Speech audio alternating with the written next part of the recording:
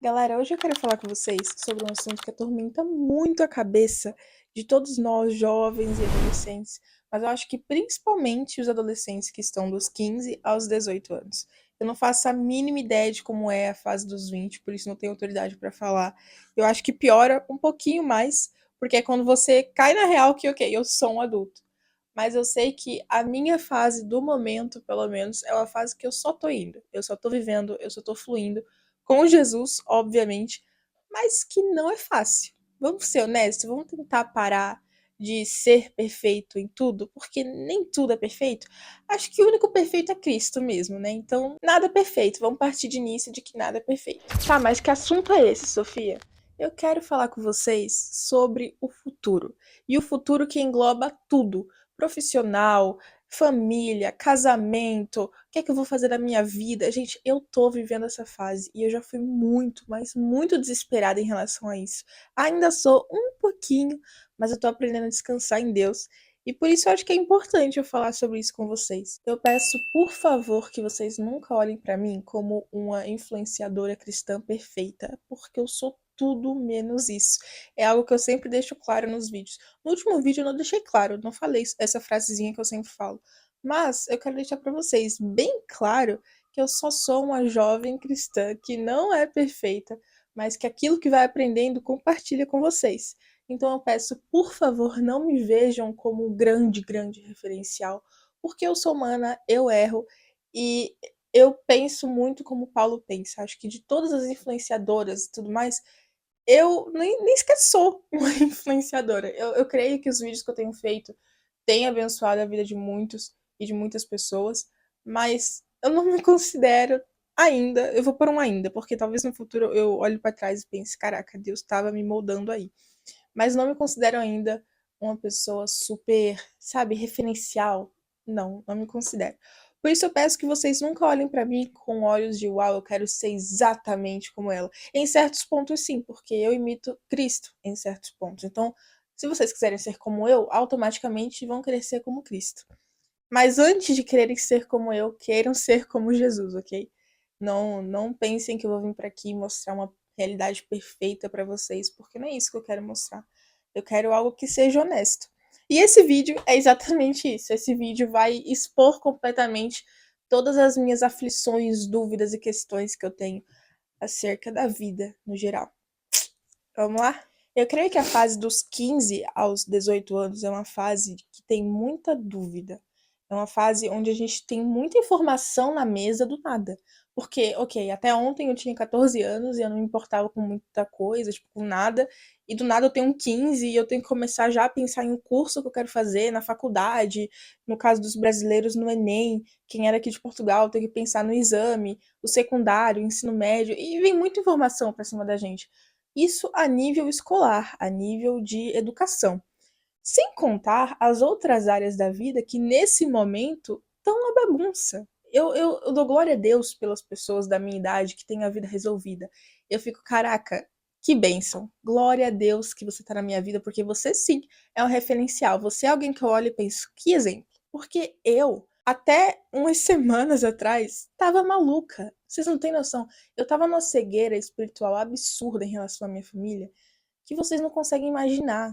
Eu creio que é nessa fase, dos 15 aos 18, que Satanás mais tenta atacar aquilo que a gente mais ama, que a gente sempre amou e que do nada os olhos se fecham, vem uma venda, tapa a nossa visão e a gente começa a olhar com desprezo. E eu me refiro à nossa casa, à nossa família.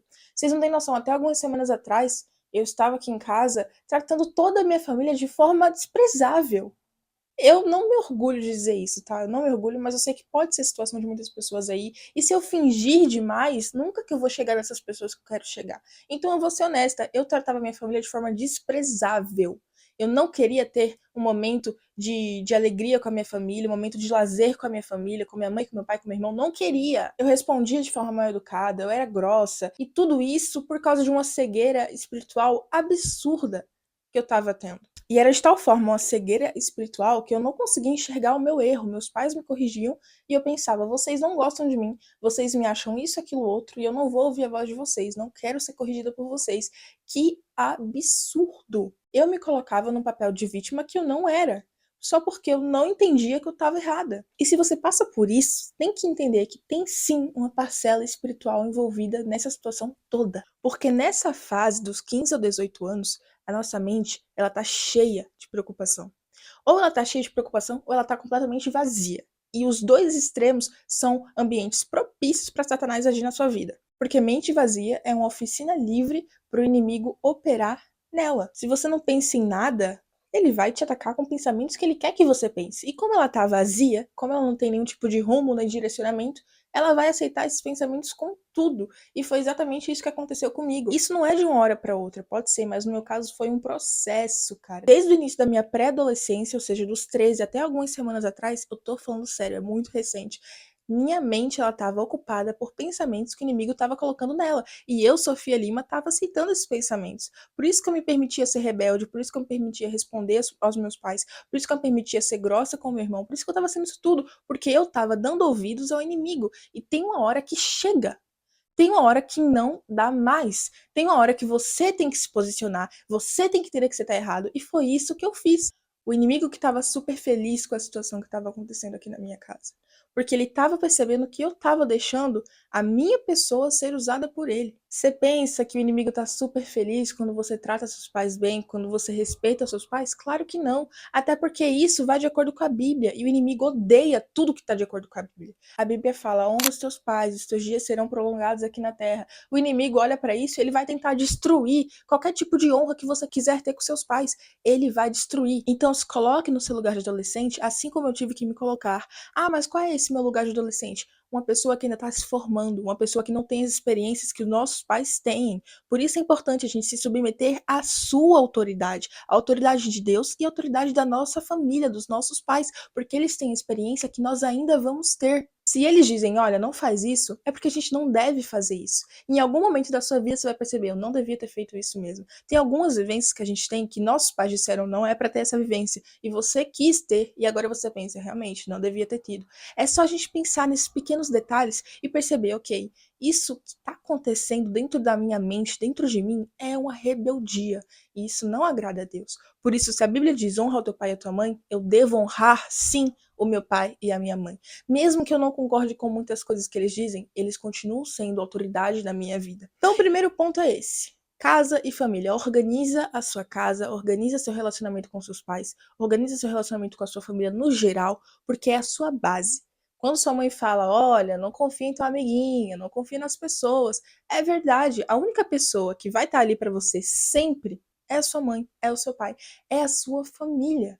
Eu entendo que existem casos que são exceções e que de fato a família não é uma família estruturada, mas eu tô dando aqui o meu testemunho. No meu testemunho, no meu caso, que eu sei que muitas pessoas também passam pelo mesmo. Se a sua família é uma família desestruturada, eu peço mil desculpas por estar aqui dizendo coisas que talvez não se encaixem na sua realidade. Eu creio que Deus está sim agindo na sua família e que você é um pilar dentro da sua casa, por isso não se sinta excluído completamente. Sinta-se como uma pessoa que é um pilar dentro da sua casa e da sua família. Você é chamado e chamada para fazer a diferença aí dentro. Não é porque você vive numa realidade diferente, numa realidade que muitas pessoas talvez não conheçam, que você não vai dar certo na vida. Nunca pense dessa forma.